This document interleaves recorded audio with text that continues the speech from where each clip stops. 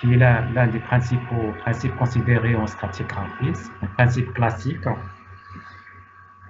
qui stipule que une même couche définie par un faciès sédimentaire donné est de même âge en tous les points. Ça veut dire que si vous rencontrez une couche calcaire à Marrakech, si vous vous déplacez par exemple à Agadir, si vous retrouvez cette même couche calcaire, selon ce principe, ces deux couches, bien qu'elles sont très éloignées géographiquement, ils ont le même âge. C'est clair? Alors ce principe de continuité suppose qu'on peut l'appliquer si l'on a des sédiments qui sont déposés par une accrétion verticale et que les mêmes phénomènes sédimentaires se sont produits en même temps en de nombreux points du milieu de sédimentation. C'est-à-dire que les deux couches identifiées à Marrakech et à Agadir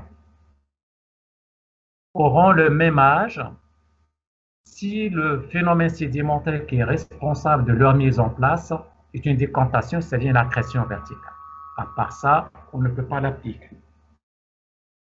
Alors ce principe de continuité souffre toutefois de difficultés d'application, c'est-à-dire il y a des limites de l'application de ce principe, tel que par exemple la répétition d'une même couche au cours du temps. Comme vous le savez, le faciès sédimentaire, donc l'on avait utilisé dans l'énoncé du principe de continuité, il est généré, si vous voulez, par donc des conditions physico-chimiques et mécaniques du milieu. Donc, quand ces conditions-là, physico-chimiques et mécaniques, changent dans le temps, bien entendu, le caractère lithologique va changer. Alors, si les conditions physico-chimiques ayant gouverné à la naissance d'une couche calcaire, s'ils se répètent plusieurs fois dans le temps, donc on aura naturellement plusieurs couches calcaires qui se répètent verticalement. Si l'on veut comparer donc un nombre supérieur à une couche de calcaire dans la localité de Marrakech, avec une seule couche identifiée, une couche bien entendu calcaire identifiée à Agadir, donc on aura du mal donc, à attribuer donc, cette couche à l'une des trois couches identifiées à Marrakech. Donc, un lithofaciès qui ne rencontre que des conditions physico-chimiques et mécaniques ayant présidé à son dépôt peut en effet se répéter dans le temps. Alors, l'exemple, c'est le suivant. Donc, vous avez deux localités lointaines, la localité B à gauche et la localité A à gauche, la localité A à gauche et la localité B du côté droit. Donc, quand on regarde les enregistrements sédimentaires enregistrés dans ces deux localités, on voit que dans la localité A, nous avons une couche A, donc de nature calcaire, et dans la localité B, nous avons trois couches X, Y, et Z, qui sont de même nature calcaire que celles identifiées dans la localité A. Si l'on veut appliquer le principe de continuité, donc on aura du mal à attribuer la couche identifiée à la couche A à l'une des trois couches identifiées dans la localité P. Par exemple, est-ce que cette couche-là A est-elle équivalente d'un point de vue à la couche Z ou équivalente à celle qu'on avait notée égale dans la localité P, ou encore est-elle l'équivalent latéral de la couche X rencontrée dans la localité P. Ça, c'est un problème. Le deuxième problème, donc, auquel se heurte l'application des principes de continuité latérale, ce sont les variations latérales du faciès. Comme vous le savez, donc, si vous prenez un milieu sédimentaire, dans l'espace géographique, dans ce milieu-là, on va avoir une variation latérale des conditions physico-chimiques et mécaniques qui engendrent des entités lithologiques des faciès utilisées dans la définition du principe de continuité latérale. Et vous avez ici, donc, sur cette figure-là, vous avez deux isochrones. Est-ce que vous les voyez ici en pointillon rouge? Isochrone 1 et l'isochrone 2, ce sont deux surfaces isochrones. Une surface isochrone, c'est une surface qui a le même âge sur toute son étendue géographique, c'est-à-dire en allant de droite vers la gauche, sur cette surface-là, on a le même âge. De même, pour les écrans inférieurs, et là, à notre âge, donc qui est plus ancien que celui qui caractérise les écrans numéro 2 au-dessus. Donc, comme vous pouvez le constater, pendant cet intervalle de temps compris entre ces deux isochrons successifs, nous avons une variété sédimentaire. Nous avons des sédiments ici présentés en rouge, en bleu, en blanc, qui passent latéralement à d'autres sédiments donc de nature différente. Alors, dans ce cas-ci, on ne peut pas appliquer le principe de superposition, tout simplement parce que le principe de continuité latérale stipule que deux couches ayant le même caractère lithologique, c'est-à-dire le même faciès sédimentaire, ont le même âge. Alors, dans ce cas-là, c'est par exemple à Marrakech, nous avons une couche calcaire, on se déplace à Agadir, on se retrouve avec une autre couche, par exemple marneuse, on ne peut pas appliquer le principe de continuité latérale du fait que ces deux couches-là montrent un caractère lithologique qui est complètement différent. Donc, pour résoudre le problème, avant de voir, donc ça on l'avait vu, donc je prends celui-là. Donc, cette photo-là, c'est un exemple, c'est une photo qui montre une variation latérale de faciès. Donc, vous avez à droite des faciès où il y a 10 couches qui sont pratiquement horizontales, donc qui caractérisent un domaine de plateforme interne et ils sont de nature carbonate. Lorsque l'on se déplace latéralement, on se retrouve avec un autre type de faciès. Ce sont des faciès récipraux, donc à caractère massif. Ils ne sont pas bien stratifiés, ils sont dépourvus de stratification. Donc, ils sont naturellement l'équivalent de ceux qui caractérisent la plateforme interne. Si l'on se déplace encore vers le côté gauche, c'est-à-dire vers la partie la plus profonde du milieu marin, on se retrouve avec des faciès des talus d'avant récif, c'est-à-dire du turbidite, des dépôts carbonatés à caractère turbiditif, ou bien qui sont régis par une dynamique gravitaire. Selon le principe de continuité latérale, donc les couches identifiées dans ces trois localités, dans ces trois milieux, la forme interne, récif et le talus d'avant récif, ils n'ont pas le même âge, alors qu'en réalité, ils sont de même âge. Alors, si je reprends l'exemple de tout à l'heure, Marrakech, la localité A et la localité B, par exemple, donc pour résoudre le problème, pour pouvoir attribuer la couche identifiée, la couche calcaire identifiée dans la localité A à l'une des couches identifiées, calcaire toujours identifiée dans la localité B, on doit faire recours à un fossile stratigraphique. Si par exemple cette couche-là renferme un fossile de type ammonite, que vous voyez ici en rouge, donc on va chercher son équivalent, donc qui doit porter ce fossile-là de type ammonite. Donc la couche identifiée dans la localité A, elle est équivalente à la couche Z qui est identifiée dans la localité B. Donc c'est le caractère paléontologique qui permet finalement de résoudre le problème dans le cas où on a du mal à appliquer le principe de continuité. Alors, quel est le principe d'identité paléontologique? Le principe d'identité paléontologique est le troisième principe que l'on considère en stratigraphie. Il stipule que deux strates ou deux couches qui présentent le même contenu paléontologique, c'est-à-dire le même caractère paléontologique ou bien le même processus stratigraphique, sont de même âge. Si vous regardez les deux colonnes stratigraphiques à droite, donc on voit bien que les deux couches qui présentent le même caractère paléontologique, le même fossile caractéristique, c'est-à-dire les deux ammonites, une ici et une là, sont de même âge. Alors, ils sont de même âge, bien qu'ils n'ont pas le même caractère lithologique. Regardez les couleurs utilisées pour ces deux couches qui sont de même âge. C'est en orange clair et là c'est en marron. Ça veut dire qu'ils ont une lithologie différente. Par exemple, celle-là, il pourrait être un caractère. Par contre, celle-là, il pourrait correspondre à une couche marneuse. Bien qu'ils ont un caractère lithologique différent, bien qu'ils n'ont pas le même caractère lithologique, ils sont de même âge, tout simplement parce qu'ils renferment le même fossile caractéristique. Ici, cette ammonite ici présentée en orange foncé. Alors, comment peut-on distinguer entre un fossile stratigraphique ou encore caractéristique et le fossile de phase. Un fossile stratigraphique, c'est un fossile qui présente naturellement une courte durée de vie, c'est-à-dire une répartition verticale qui est très courte et une large distribution spatiale, une large distribution ou encore répartition dans l'espace.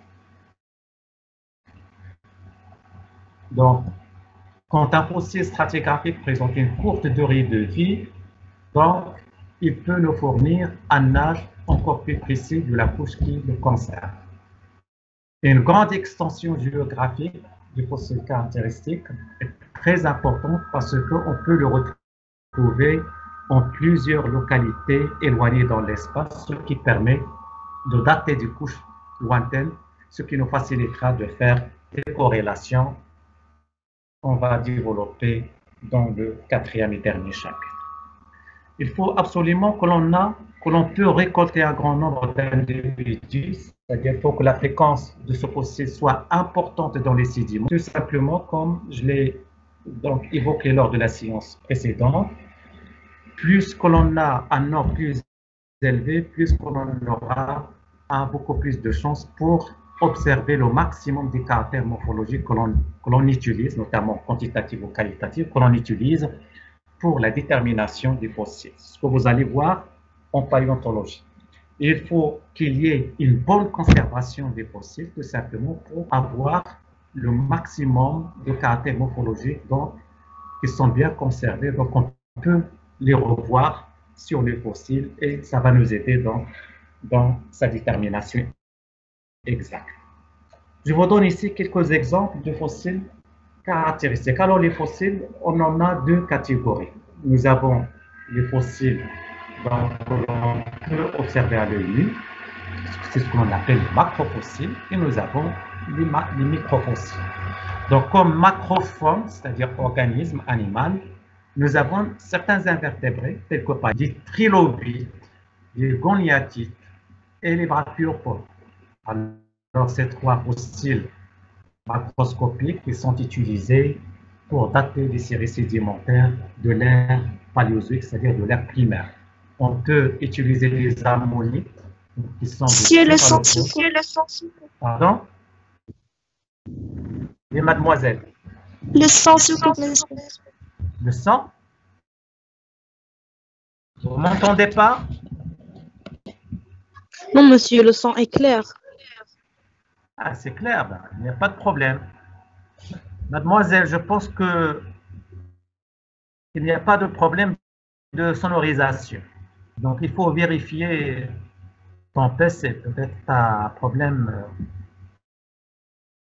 au niveau de ton PC. Est-ce que je peux continuer pour les autres? Oui, monsieur. Hein? Oui, monsieur. Oui, alors là, je vous cite quelques exemples de fossiles stratigraphiques ou encore caractéristiques, c'est-à-dire qui nous permettent de donner un âge relatif des roches ou bien du coup sédimentaire. Nous avons les trilobites, les goniatites et les brachiopodes, donc qui sont très utilisés pour la datation des séries paléozoïques. Nous avons les ammonites.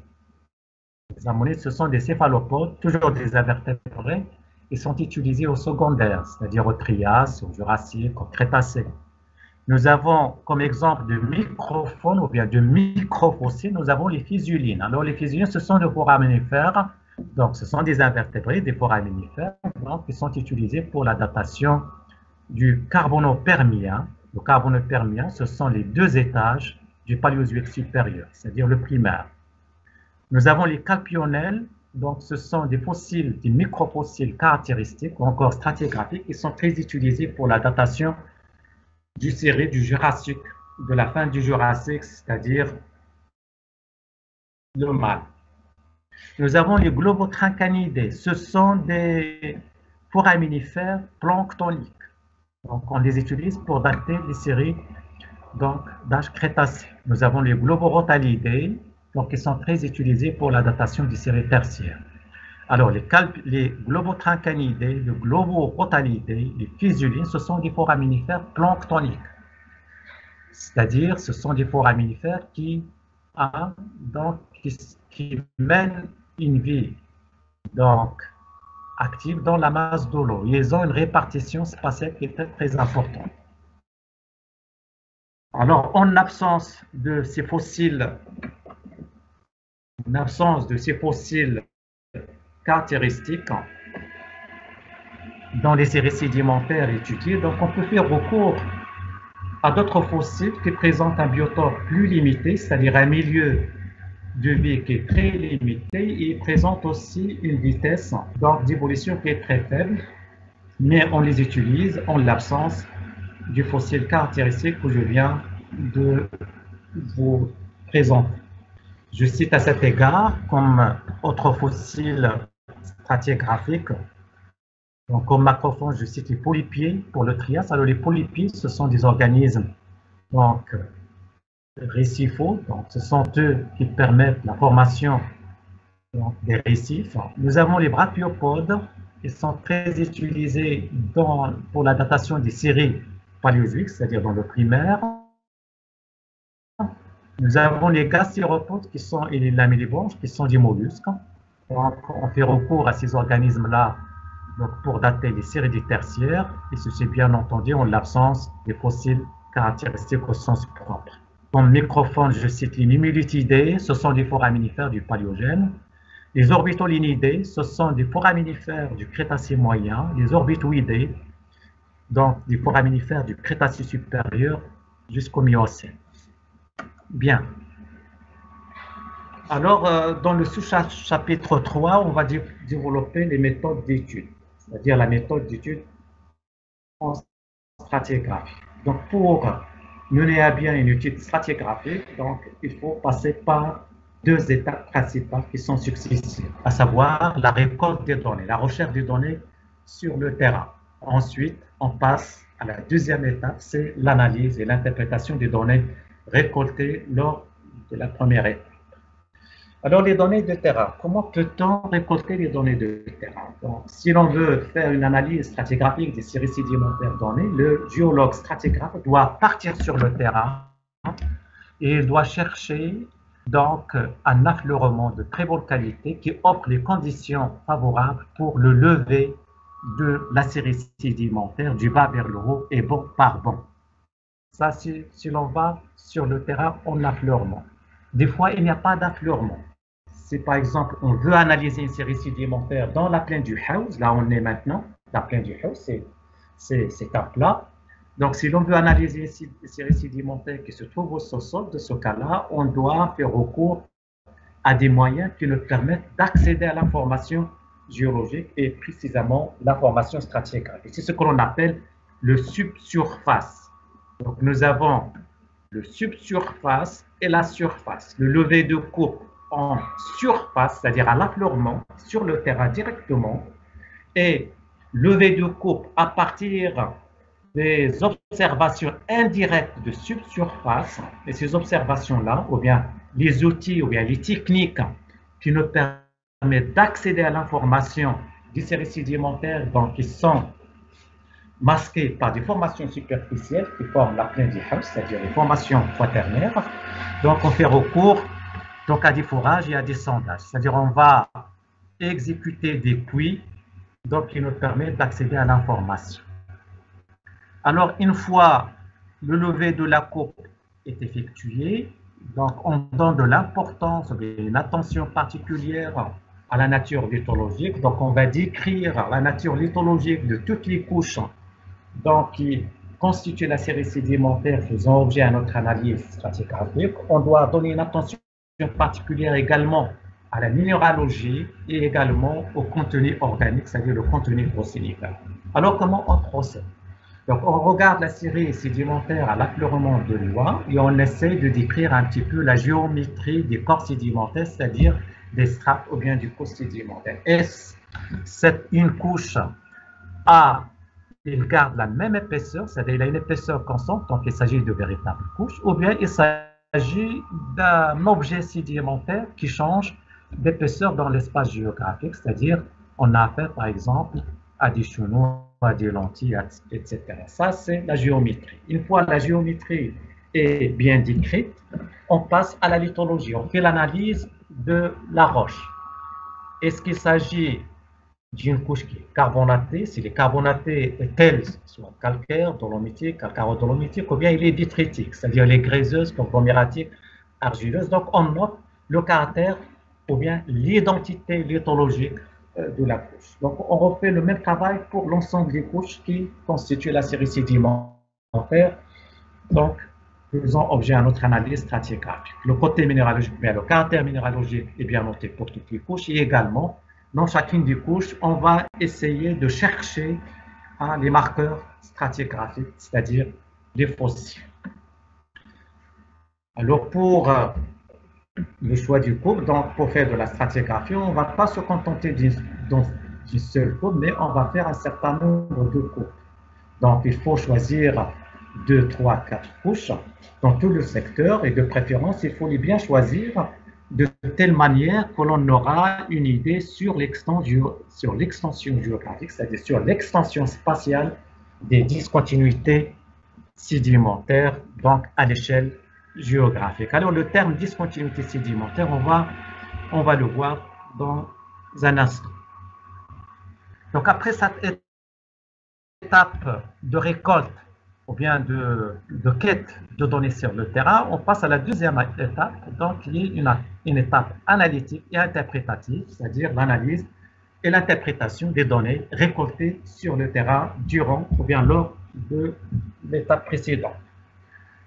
Alors, dans cette étape-là, on va faire recours à deux approches méthodologiques différentes. Nous avons une approche biologique et une méthode lithologique. La première approche, donc, qui est biologique, il se contente essentiellement donc, du contenu fossilisé, c'est-à-dire le contenu organique.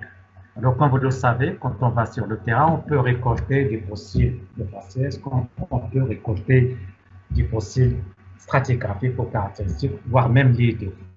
Alors, les fossiles de faciès, donc ils nous permettent de déterminer le milieu de qui le concerne.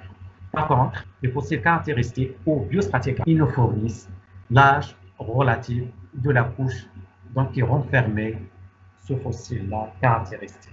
Puis on passe à une deuxième approche, qui est une approche lithologique, donc qui consiste en l'examen lithostratigraphique, c'est-à-dire on va découper la série sédimentaire considérée en un certain nombre d'unités, donc on appelle les unités lithostratigraphiques qu'on va développer dans le chapitre 2.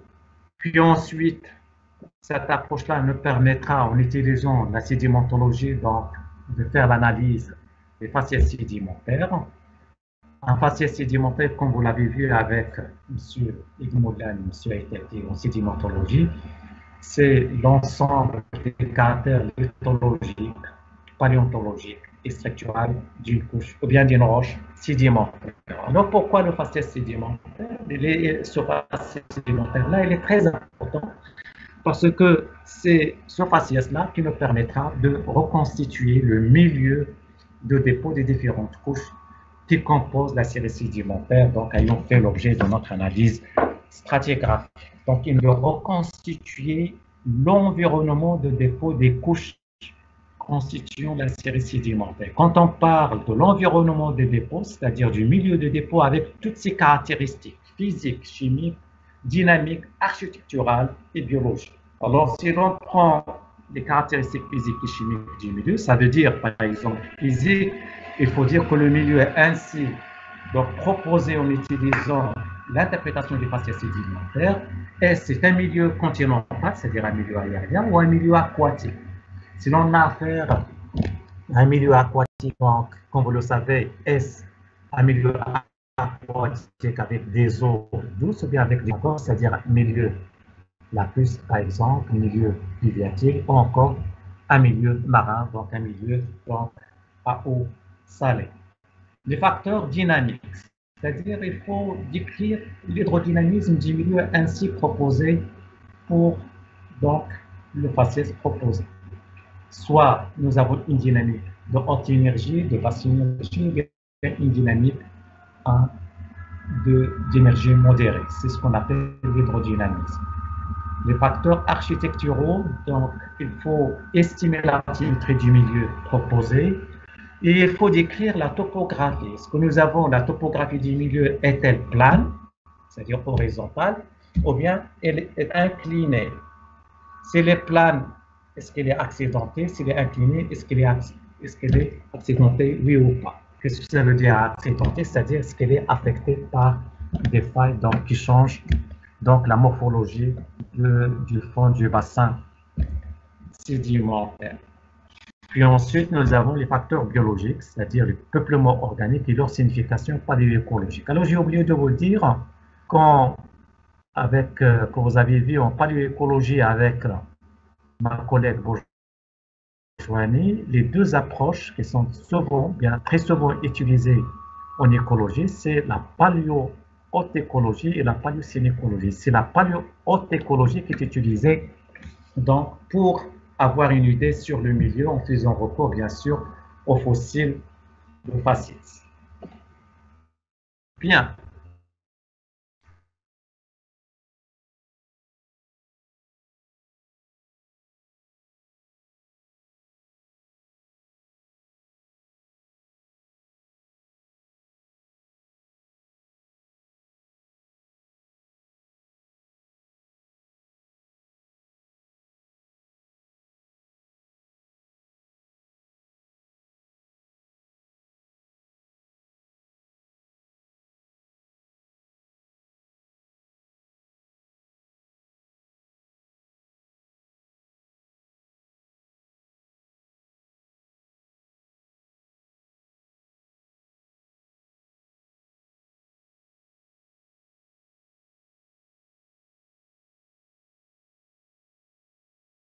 Monsieur, on n'entend rien.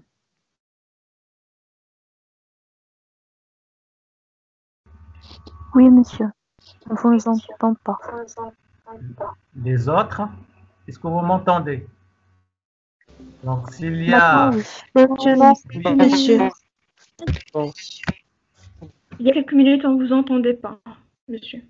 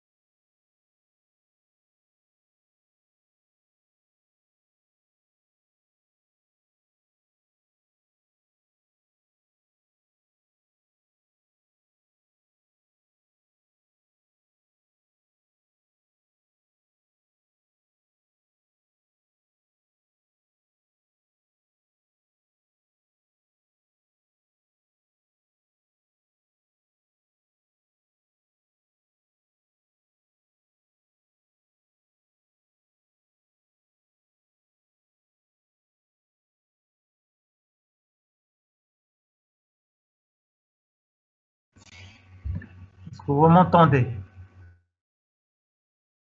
Oui, monsieur. Oui, Oui, monsieur. monsieur. Oui, monsieur. Oui, monsieur. Il y a un petit incident qui s'est produit, s'est reproduit, s'est produit. J'espère qu'il ne va pas se reproduire. Chapitre 2, sédimentologie et chronostratica. Alors, la sédimentologie, vous l'avez vu avec, c'est une discipline comme la stratigraphique de la géologie. Monsieur, le diapo n'est pas visible. La diapo, qu'est-ce qu'elle a la diapo? Vous ne la voyez pas? Il est disponible. Non, monsieur, on ne voit pas. Est-ce que vous voyez la diapo? Non, monsieur. Non, non, monsieur. Vous ne voyez pas la diapo? Est-ce Oui, que vous voyez la diapo? Non, monsieur. Oh, monsieur.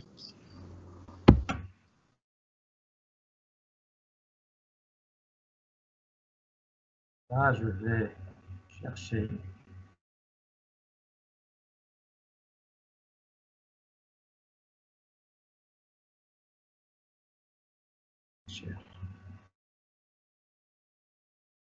Vous la voyez?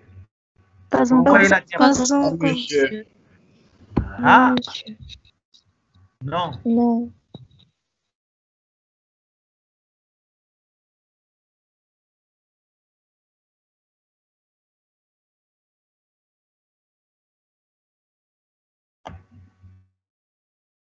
analyse.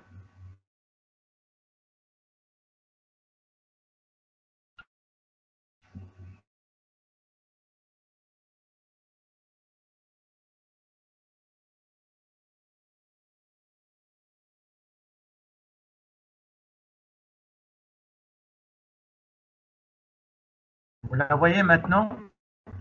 Oui, monsieur, maintenant c'est bon. Oui, monsieur. Vous la voyez? Oui, monsieur. Oui. Ah, Oui. bon. Oui, monsieur.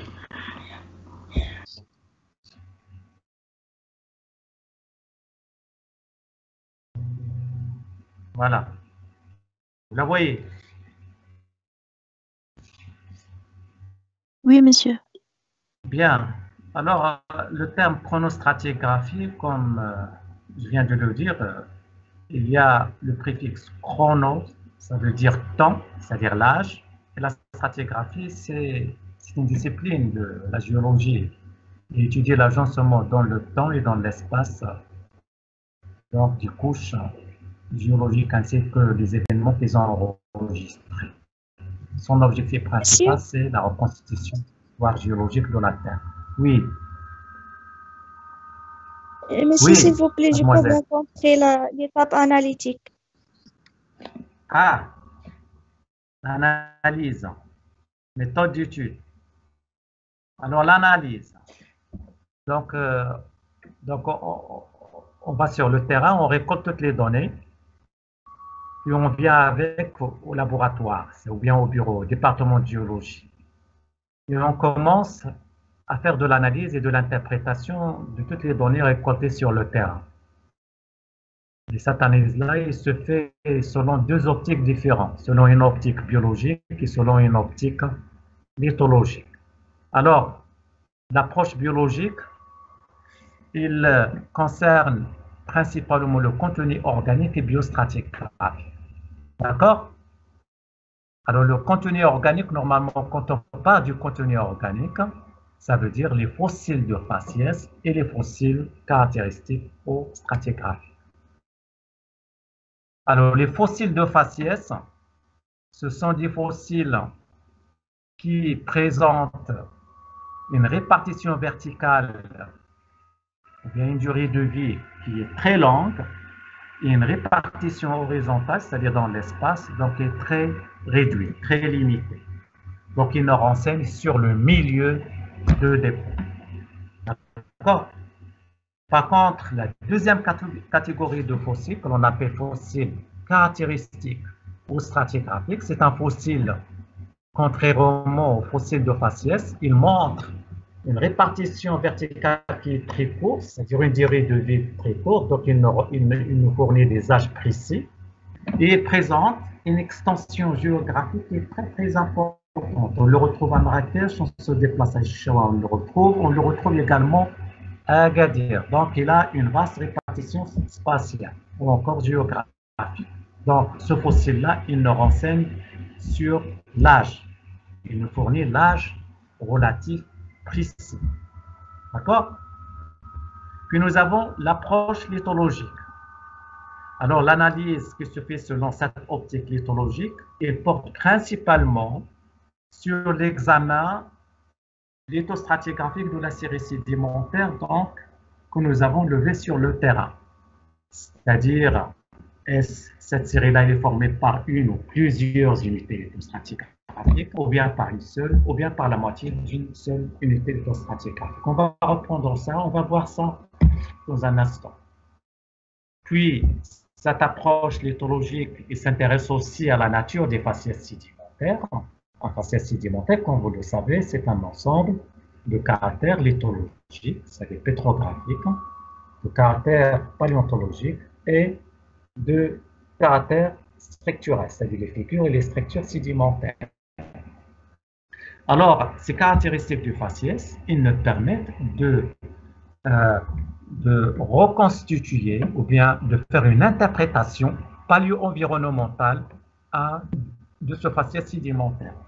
Dans une série sédimentaire, nous avons naturellement énormément de faciès sédimentaires. On peut avoir 2, 3 qui se répètent à maintes reprises verticalement, ou bien une dizaine, une vingtaine, tout dépend des variations physico-chimiques et mécaniques du milieu donc, qui déterminent l'identité du faciès. Donc, une fois le faciès est déterminé, donc on peut reconstituer le paléo-environnement de la couche où ce faciès a été défini. Quand on parle de l'environnement, c'est l'environnement, le paléo-environnement de dépôt avec toutes ses caractéristiques physico-chimiques, bathymétriques ou encore dynamiques, architecturales et biologiques. Si je prends par exemple les caractéristiques physico-chimiques, donc ils nous permettent de distinguer entre un milieu aérien et un milieu aquatique. Si on a affaire uniquement à un milieu aquatique, donc on doit distinguer entre les milieux aquatiques à eau douce, il y a les milieux lacustres, les lacs, les fleuves, etc., et les milieux marins. Puis nous avons les facteurs dynamiques. Si l'on a affaire à un milieu marin, donc on doit se situer sur le profil bathymétrique. Est-ce que l'on est dans la zone de balancement de marée où l'énergie est forte, ou bien on est dans un milieu supratidal, par exemple, l'énergie est faible, ou bien dans un milieu infratidal où l'énergie est modérée à faible. Par exemple, c'est-à-dire on doit parler de la haute énergie, de la basse énergie ou bien de l'énergie modérée. Puis on doit également préciser les facteurs architecturaux de ce milieu, c'est-à-dire la bathymétrie, est-ce qu'elle est profonde, moins profonde, très profonde. Et également, il faut décrire la topographie du fond du bassin, la topographie du fond du milieu que nous venons de proposer pour une roche donnée ou bien pour une couche donnée en utilisant le faciès sédimentaire. Est-ce que le fond de ce milieu est horizontal ou incliné? Est-ce qu'il est plane ou bien est-ce qu'il présente une morphologie irrégulière, c'est-à-dire il est accidenté? Et également, on donne une attention particulière donc, au contenu biologique, c'est-à-dire le peuplement organique et leur signification paléoécologique. Vu avec Madame Bourgeoisie, ma collègue,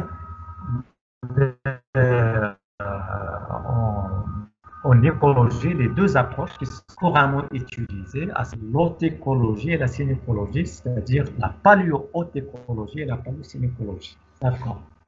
C'est tout ce que je peux vous dire, mademoiselle. Si vous n'avez pas encore compris, donc cette discussion lors d'une séance de télé.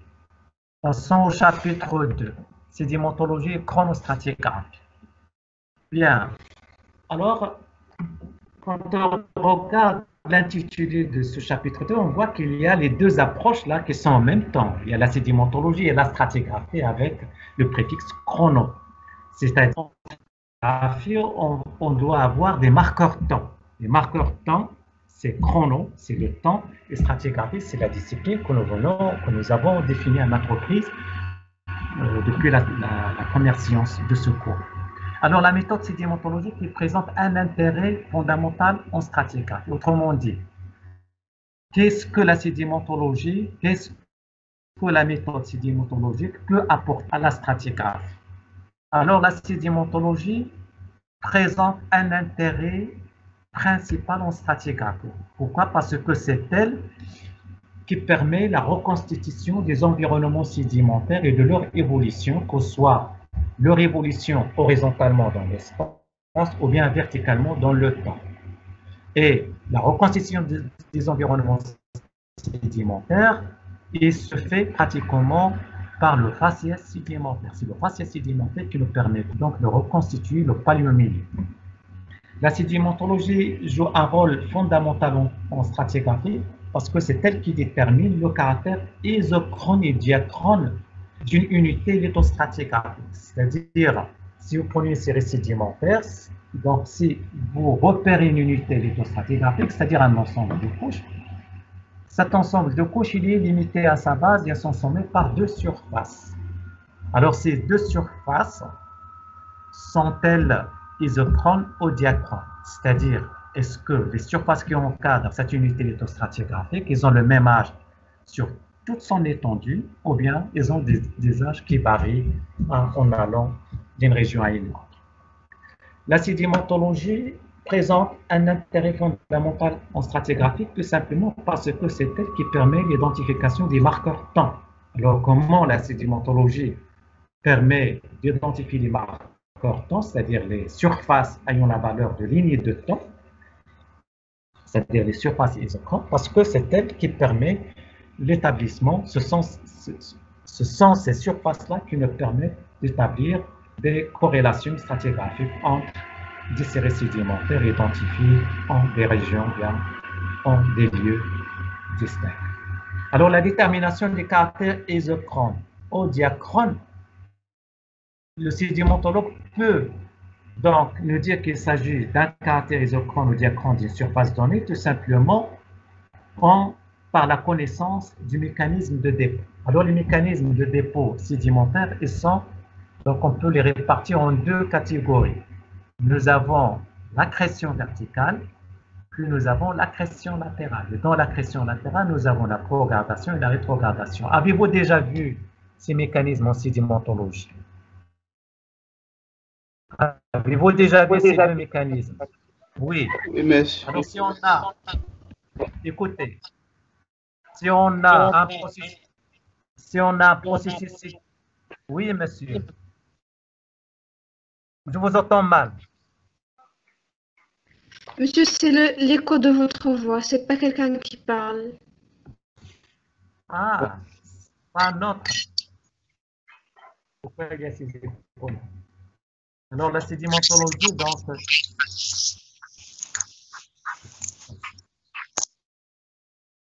alors, la sédimentologie, c'est une discipline qui permet de caractériser les processus ou bien les mécanismes de mise en place des sédiments. Nous avons deux types. Nous avons l'accrétion verticale et l'accrétion latérale. Si on a des sédiments qui sont mis en place par une accrétion verticale, ça veut dire qu'ils sont limités par deux surfaces isochrones ayant le même âge.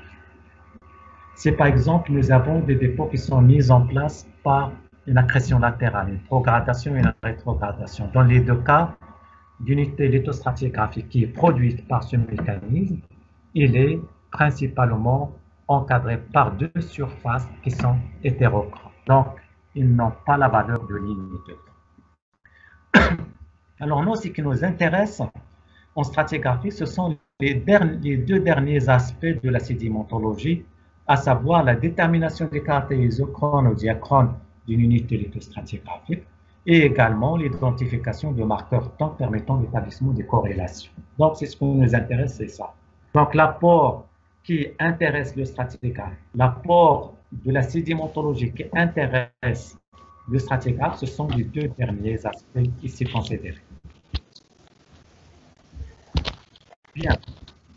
En grand A, la lithostratigraphie. Est-ce que vous suivez?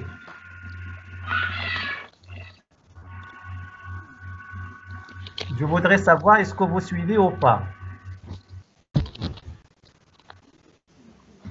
Oui, monsieur, on suit. Et les autres? Est-ce que vous Oui, suivez? Est-ce que vous m'entendez? Ah oui, monsieur, on suit. Il n'y a pas de coupure?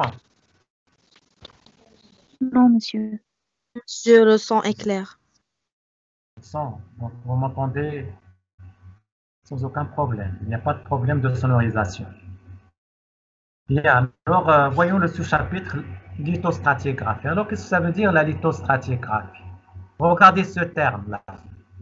Dans ce terme, nous avons deux parties. Nous avons le préfixe litho, ça veut dire lithologie, c'est le caractère lithologique. Puis vous avez stratigraphie. Stratigraphie, comme nous l'avons défini, c'est une discipline de la géologie qui étudie l'agencement dans le temps, c'est-à-dire verticalement, et horizontalement, c'est-à-dire dans l'espace, d'une couche ou bien d'une série de couches géologiques, ainsi que les événements qu'ils ont enregistrés. Alors que ça veut dire la lithostratigraphie? La lithostratigraphie, c'est une branche de la stratigraphie qui permet de subdiviser les séries sédimentaires ou de regrouper un certain nombre d'unités lithostratigraphiques en d'autres unités d'ordre ou bien d'hiérarchie supérieure sur la base du caractère lithologique. Je reprends. La lithostratigraphie, c'est une démarche, c'est une méthode de la stratigraphie qui permet de subdiviser ou de regrouper les séries sédimentaires en unités hiérarchisées compte tenu de leur caractère lithologique. C'est-à-dire que le découpage, la subdivision ou le regroupement, il se fait sur la base du caractère lithologique. D'accord? Alors, la hiérarchie normale des unités lithostratigraphiques est conduite. Nous avons la première unité d'ordre supérieur que l'on appelle le groupe. Ensuite, nous avons la formation. La formation, c'est une unité lithostratigraphique d'ordre inférieur, c'est-à-dire d'ordre hiérarchique inférieur au groupe. Puis nous avons le membre. Une formation peut être composée par deux ou plusieurs membres. Donc le membre, c'est une unité lithostratigraphique qui est d'ordre inférieur à la formation. Puis le membre lui-même, il est formé par un empilement, bien par l'agencement vertical de plusieurs couches sédimentaires. Et finalement, donc on peut dire que la couche est la plus petite unité considérée en lithostratigraphie. Certains auteurs, certains auteurs, ils subdivisent ou bien ils considèrent la couche comme étant un empilement vertical de plusieurs lits ou bien plusieurs lamines. Donc on peut dire, selon ces auteurs, que la lamine est la plus petite unité considérée en lithostratigraphie. Oui, je vous entends. Oui. C'est quoi la lithologie? La lithologie, c'est la nature de la roche. La lithologie, c'est-à-dire il peut être calcaire, marne, grès. C'est la lithologie, ce qu'on appelle la lithologie. Ça vient de l'éthos. L'éthos, c'est dur, la roche. C'est clair? La lithologie, oui, vous n'avez jamais entendu parler de ce terme-là. C'est bizarre. La lithologie, logos, c'est discours. D'accord? C'est la science qui étudie les différentes natures de la roche. La lithologie. Vous avez une couche calcaire, par exemple, on dit que cette couche présente une lithologie de type calcaire. C'est la nature de la roche, ou bien la nature de la couche. Une couche formée par des grès, une couche quasiment argileuse. Donc on dit la lithologie de cette couche, elle est argileuse, par exemple. Est-ce que c'est clair? Oui, monsieur, merci. De rien.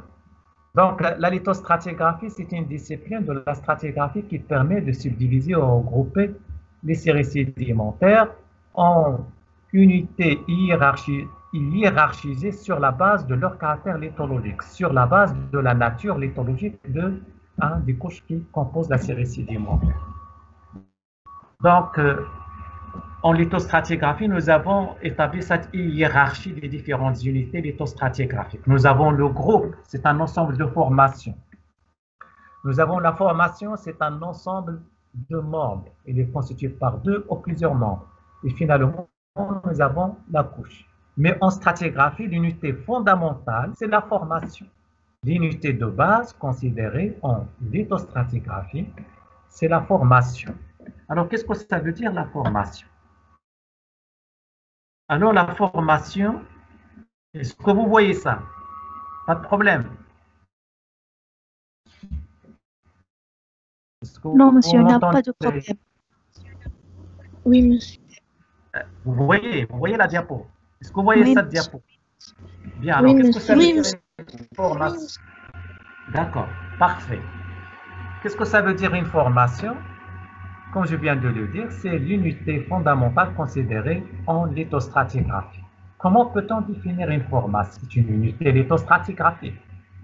C'est une unité lithostratigraphique qui est constituée par une succession de couches génétiquement liées qui sont mises en place dans un cadre paléogéographique bien déterminé et il est limité à sa base et à son sommet par deux surfaces qui marquent le changement des caractères lithologiques que l'on a utilisés pour définir cette formation, c'est-à-dire cette unité lithostratigraphique. La formation, elle a une épaisseur. Il peut être de 100 mètres, 200 mètres, 1000 mètres. La formation, c'est une unité lithostratigraphique qui doit avoir une certaine épaisseur, une épaisseur quand même importante pour pouvoir la cartographier. Est-ce que vous avez compris? Une formation, c'est un ensemble de couches plus ou moins Est-ce que homogène. vous pouvez répéter l'explication de la formation? Je vais vous lire ce qui est écrit, parce que ça, c'est une définition qui diffère, je pense, de ce que je viens de ce qui est projeté. C'est un ensemble de couches géologiques. C'est un ensemble de couches sédimentaires, caractérisées principalement par une lithologie ou par l'association de plusieurs types lithologiques. C'est-à-dire une formation peut être formée par 2, 3 ou 4 lithologies. D'accord? Vous allez comprendre, je vais vous donner quelques exemples. Mais en gros, bien qu'il présente 2 ou 3 lithologies différentes, en gros, ces couches-là sont génétiquement liées, c'est-à-dire elles sont mises en place par le même processus, par le même mécanisme de dépôt. Donc, il est déposé dans un cadre paléogéographique qui est bien déterminé. Cette formation, qui est une unité lithostratigraphique, qui est constituée par un empilement de plusieurs couches sédimentaires, elle est limitée par 2 surfaces, une à la base et une au sommet. Et ces 2 surfaces-là, ils marquent le changement du caractère lithologique de la formation, le caractère que l'on avait utilisé pour définir la formation. Si par exemple, vous aviez une formation qui est constituée par des alternances de marne et de calcaire sur 100 mètres, par exemple, ou bien 150 mètres, une fois le caractère lithologique calcaire-marne disparaît, on passe par exemple à un degré de conglomérat, on trace une limite. C'est une surface. Et elle sépare la sédimentation marno-calcaire de la formation sous-jacente de la sédimentation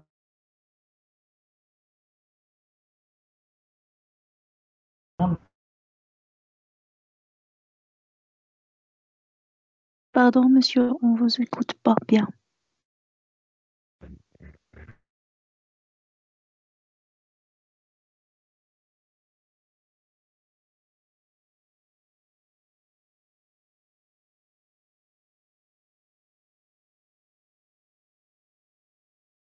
Monsieur, le son de se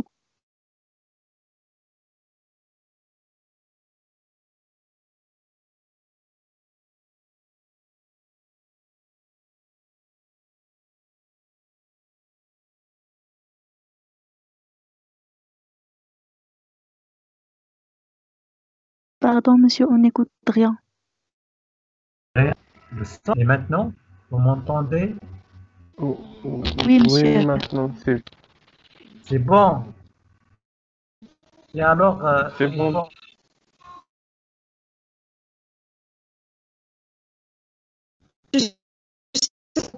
Votre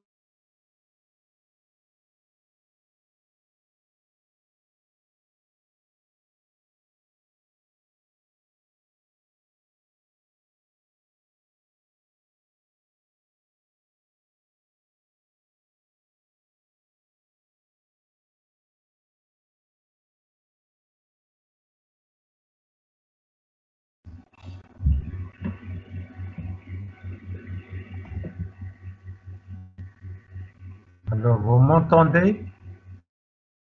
Oui, monsieur. D'accord. Vous voyez la diapo? Oui, monsieur. Vous la voyez? Oui, monsieur. Il y avait une coupure instantanée. Ça me dépasse.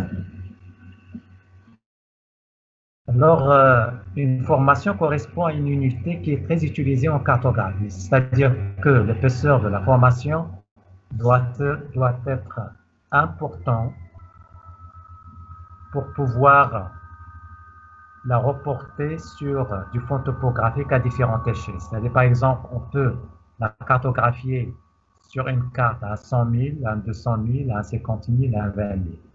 D'accord? C'est-à-dire, on ne peut pas prendre, par exemple, 2 mètres et dire qu'il s'agit d'une formation ayant une épaisseur de 2 mètres. On ne peut pas la cartographier à différentes échelles, c'est-à-dire à 100 millièmes, à 200 millièmes, c'est impossible. Donc, il faut que la formation doit avoir une épaisseur de plusieurs mètres, c'est-à-dire cinquantaine de mètres, 100 mètres par exemple, une centaine de mètres, pour pouvoir la cartographier, pour pouvoir carter sa formation à une échelle de l'ordre de 100 000, à 50 000, à 200 000. Alors, je vous donne quelques exemples. Mais avant d'entamer ces exemples, il convient d'abord de vous rappeler que la formation, c'est une unité lithostratigraphique qui présente un nom. Il a un nom, un nom. Et le nom de la formation, il découle soit du nom du contenu lithologique qui est dominant dans cette formation. Par exemple, formation des calcaires à ammonie, par exemple. Ça, regardez, nous avons utilisé comme nom pour cette formation calcaire à ammonie, nous avons utilisé le caractère lithologique, c'est-à-dire les calcaires, et nous avons utilisé le caractère pentologique, c'est-à-dire les ammoniques. C'est-à-dire le nom d'une formation, il découle soit du nom de la lithologie dominante, ou bien des noms de la lithologie dominante du caractère paléontologique dominant, calcaire à silex, par exemple. Les marnes aposidonomia, formation des marnes aposidonomia, d'âge vajocien inférieur. Il est formé par des marnes, sur plusieurs ayant une épaisseur de plus de 120 mètres, et dans les marnes, on voit des lamellibranches à thé très minces, c'est-à-dire des lamellibranches qui colonisent des eaux froides. Donc le nom de la formation, regardez, il découle du nom de la lithologie, c'est-à-dire le marne, et du nom à des organismes qui sont conservés dans les marnes, c'est-à-dire les lamellibranches de type Ozodonomia. Le nom de la formation peut dériver également du nom de la localité géographique type où cette formation a été définie pour la première fois. C'est ce que l'on appelle le stratotype. Le nom de la formation découle du nom du stratotype, c'est-à-dire de la localité où cette formation a été définie pour la première fois, et c'est dans cette localité que cette formation montre le maximum d'épaisseur. Par exemple, la formation d'Azilal, la formation de Sidi Hussein dans le Crétacé du bassin des Sawira, la formation d'Azilal dans l'Atlas d'Azilal et de Nimlal, la formation d'Idikel. La formation d'Idikel, c'est dans le Haut Atlas oriental, dans la vallée de Ziz. La formation d'Aganan, dans la région d'Azila. Aganan, c'est une localité qui est pas loin d'Azila, Aganan. Donc, le nom de la formation, il découle soit du nom du caractère lithologique et ou paléontologique dominant, comme il peut découler, ou bien il dérive du nom de la localité géographique où cette formation a été définie pour la première fois, et c'est là, dans son stratotype, qu'il montre le maximum d'épaisseur. Voici quelques exemples. Donc, je prends cet exemple-là. Regardez, vous avez ces deux colonnes stratigraphiques. Nous avons la colonne de gauche, et se trouve cette colonne de gauche, il est sous la colonne de droite. C'est-à-dire, il faut mettre la colonne de gauche, vous la laissez à sa place. Si vous prenez celle qui est à droite, vous le mettez au-dessus. C'est la suite. On commence par ici. Est-ce que vous voyez le curseur? C'est une série sédimentaire qui démarre ici. Il démarre jusqu'ici. Puis, ça continue ici, ici, ici. Quand on regarde cet enregistrement sédimentaire, quand on regarde cette série sédimentaire, on voit qu'il est constitué par l'empilement, bien par l'agencement vertical de plusieurs formations. Nous avons la formation, donc, qui est tout à fait à la base, c'est la formation de Jebel Rat. Nous avons la formation d'Aganan, la formation d'Azilal. Donc, on voit à peine le nom de cette formation. Donc, il est flou ici à la base. La formation de Bilwidan 1, la formation de Bilwidan 2, puis la formation de Bilwidan 3.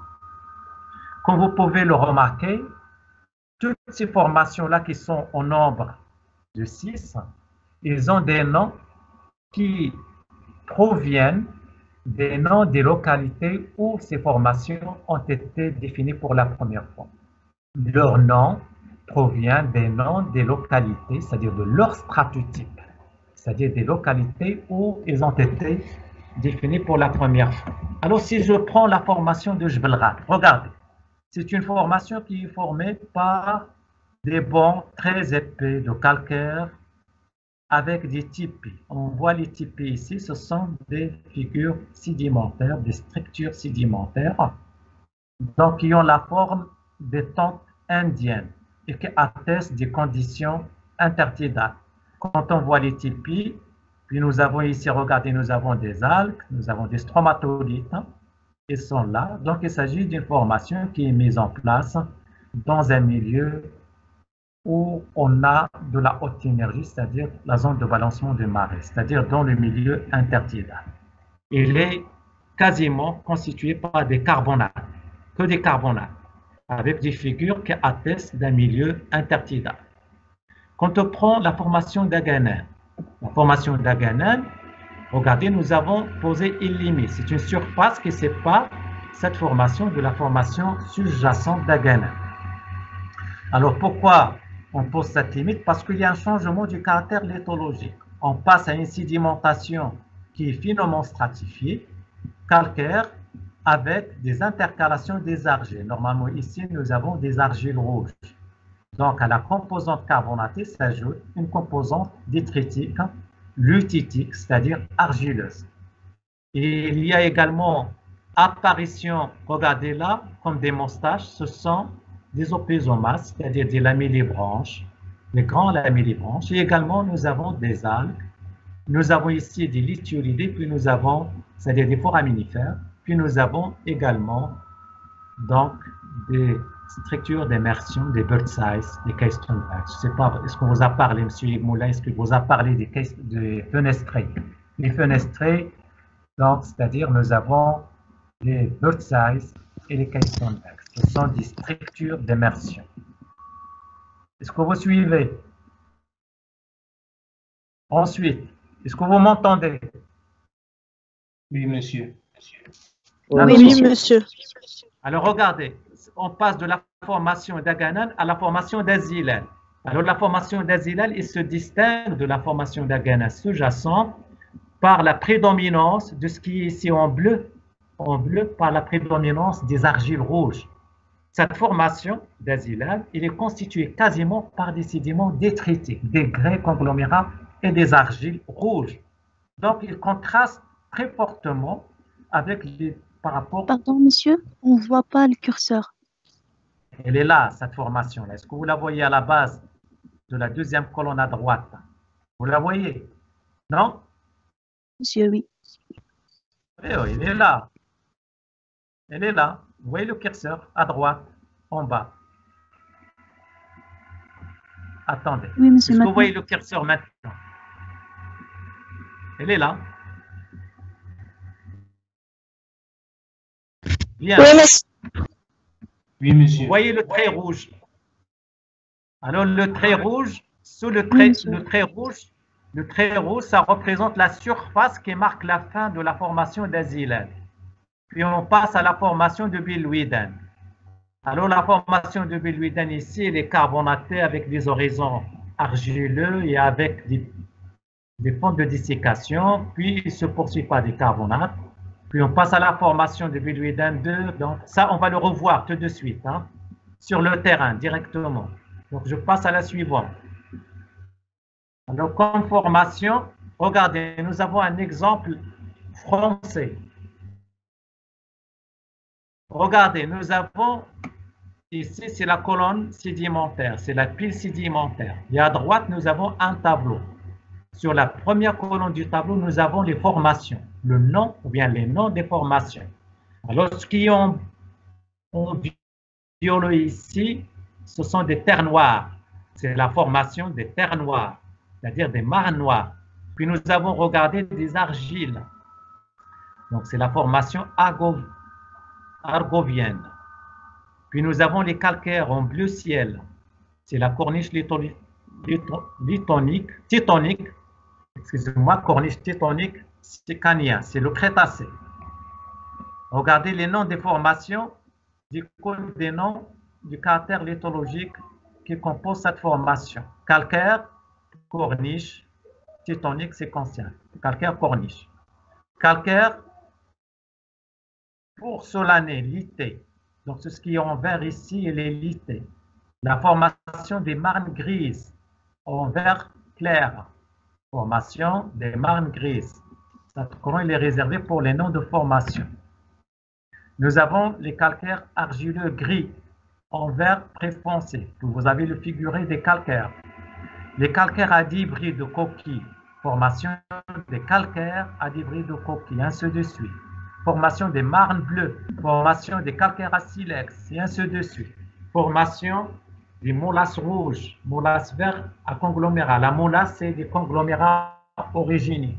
Donc voilà, c'est un exemple des formations dont les noms découlent des noms de leur contenu lithologique dominant.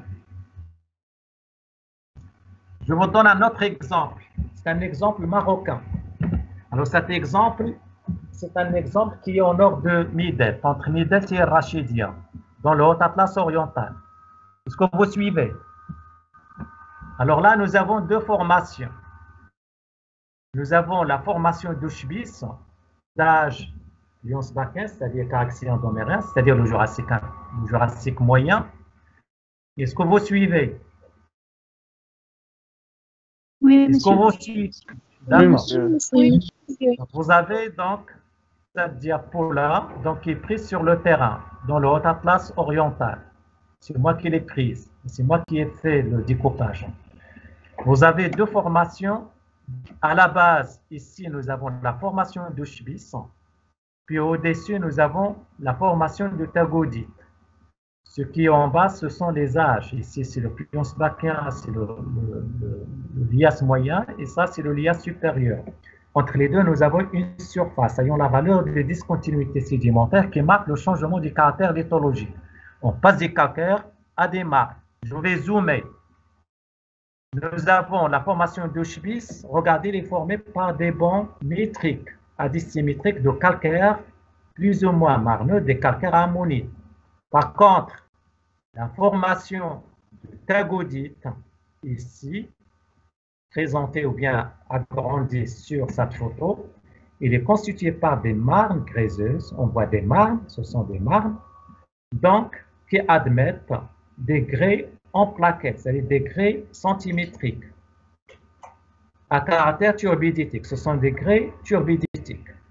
Donc, on voit clairement que le caractère lithologique entre ces deux formations est complètement différent.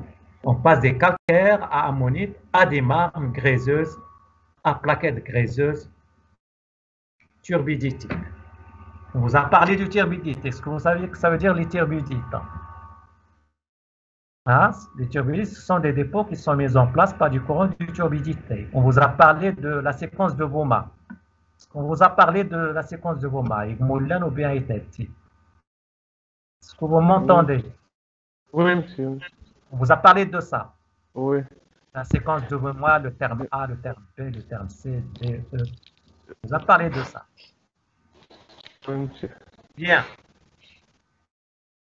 Diapo suivant. On passe au membre. Qu'est-ce que ça veut dire un membre?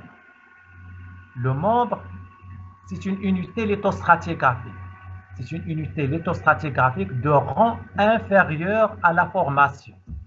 Si l'on regarde l'hiérarchie, le membre est inférieur à la formation d'un point de vue épaisseur.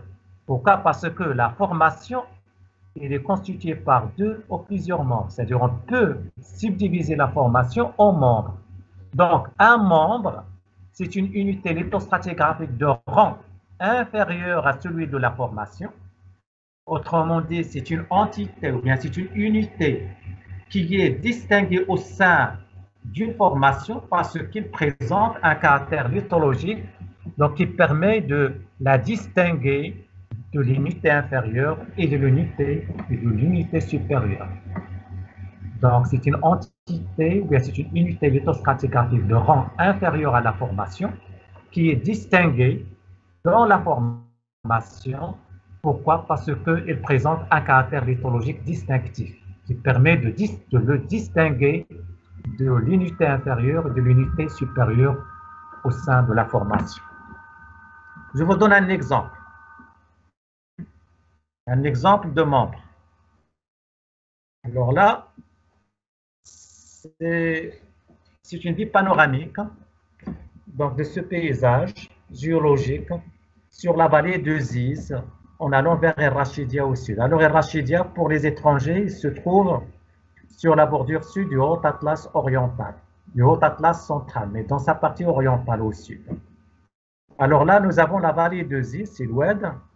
Alors quand on regarde ce paysage géologique, on voit qu'il est constitué, qu'il est massif et qu'il est constitué pratiquement par une seule lithologie. Quand on regarde ça de loin, donc on va dire qu'il s'agit d'une seule lithologie. Mais en réalité, il est formé par, c'est une formation, donc tout ça c'est la formation d'Idikel, excusez-moi. Donc en allant depuis la faille de Fumtillich jusqu'ici, c'est une formation. Et cette formation, regardez, on voit les pylônes électriques en fer ici. Donc, vous pouvez avoir une idée, c'est pour que vous puissiez avoir une idée donc, de l'épaisseur de cette formation. Il fait environ 275 mètres. Et vous avez ici les pylônes électriques. Donc, d'accord? Quand on regarde cette formation, de loin, il nous paraît homogène. Il est carbonaté. Mais quand on regarde dans le détail, on voit que cette formation, elle est constituée par l'agencement vertical de deux membres différents. Nous avons le membre inférieur et nous avons le membre supérieur. Alors le membre inférieur, comme vous pouvez le remarquer, il est formé par 1, 2, 3 puissantes barres calcaro-dolomitiques, calcaire et calcaire-dolomitique. Quand on regarde le détail, voilà le détail. Nous avons cette première barre, elle est là. La deuxième barre, elle est là. La troisième barre, elle est là sur la colonne stratigraphique, donc en haut à gauche. Alors, ces trois barres calcaires, donc, ils sont séparés par des calcaires en retrait, que l'on voit ici, ici et ici, qui sont constitués par des calcaires à la mine noire. Donc, de cette formation, nous avons des calcaires dolomitiques qui sont séparés par des calcaires à la mine noire qui atteignent des conditions oxyniques ou bien anoxiques. Puis, si l'on regarde le deuxième membre, c'est-à-dire le membre supérieur, alors sur cette courbe structurale, nous avons ici le membre inférieur que je viens de vous montrer, puis tout ça, c'est le membre supérieur. Comme vous pouvez le constater ici, nous avons dans ce membre supérieur trois unités. Une unité inférieure de calcaire noduleux, une unité médiane de calcaire acilaire, puis nous avons cet ensemble-là, c'est la troisième unité qui est constituée par des constructions carbonatées. On va les voir. Donc, nous avons l'unité du calcaire noduleux ici, ça c'est le membre supérieur, tout ça. Toute cette colonne-là, il représente le membre supérieur, avec à la base les calcaires noduleux, suivi par les calcaires acilex. Donc, on voit les silex sous forme de rognon, ici en noir. Et finalement, nous avons ce qui est en marron. Ici, c'est l'unité des medements. C'est l'unité à medements. Donc, comme vous pouvez le remarquer, donc, cette formation est subdivisée en deux membres, un membre inférieur et un membre supérieur. Donc, le membre, par définition, c'est une unité lithostratigraphique d'ordre inférieur à la formation. Donc, on les cherche au sein de la formation. C'est une unité qui est distinguée au sein de la formation parce qu'il représente un caractère lithologique qui le permet de la distinguer de l'unité inférieure et l'unité supérieure.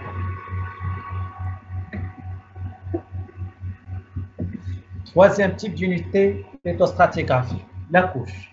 Qu'est-ce que ça veut dire une couche? C'est une strate. C'est la plus petite unité considérée en lithostratigraphie. La couche, c'est une tranche de sédiment, ou bien c'est une unité lithostratigraphique d'ordre inférieur au membre. C'est-à-dire qu'un membre, c'est un ensemble de formations, c'est un ensemble, pardon, de couches. Et une formation, c'est un ensemble de membres. Et le groupe, c'est un ensemble de formations. Alors, si l'on considère la couche, ça veut dire une couche. C'est un objet sédimentaire, c'est une tranche de sédiment donc qui est limité à sa base, donc à caractère lithologique bien déterminé. Ici, par exemple, vous avez une couche calcaire qui est intercalée au sein d'un horizon marneux. Nous avons des marnes gris foncé ici, des marnes gris foncé ici. Entre les deux, nous avons une couche calcaire. C'est une tranche de sédiment à caractère lithologique bien déterminé. Il est limité à sa base par une surface ayant la valeur de mur et sa limite supérieure correspond au toit. Alors, ces deux limites, ce sont des limites ou bien des surfaces qui marquent le changement du caractère lithologique. C'est un niveau lithologiquement distinct des autres niveaux sous-jacents, et sus-jacents, c'est-à-dire au-dessus. Bien, voyons maintenant le groupe. Qu'est-ce que ça veut dire un groupe en lithostratigraphie? Un groupe est défini comme étant une unité lithostratigraphique de rang supérieur à la formation. Un groupe, c'est un ensemble de formations. Un groupe est une unité lithostratigraphique qui est subdivisée ou bien qui comprend deux ou plusieurs formations lithostratigraphiques. Donc, un groupe, c'est une succession de deux types ou de plusieurs formations quantiques associées ayant en commun un facteur d'unification lithologique. Si on a par exemple un membre qui est formé par deux formations, il faut absolument que ces deux formations partagent entre eux un caractère commun ou bien un caractère d'unification lithologique. C'est-à-dire, il faut que les deux formations qui composent le groupe soient du même caractère lithologique. Pas forcément dans le détail, mais en gros. C'est-à-dire carbonaté par exemple, ou bien détritique.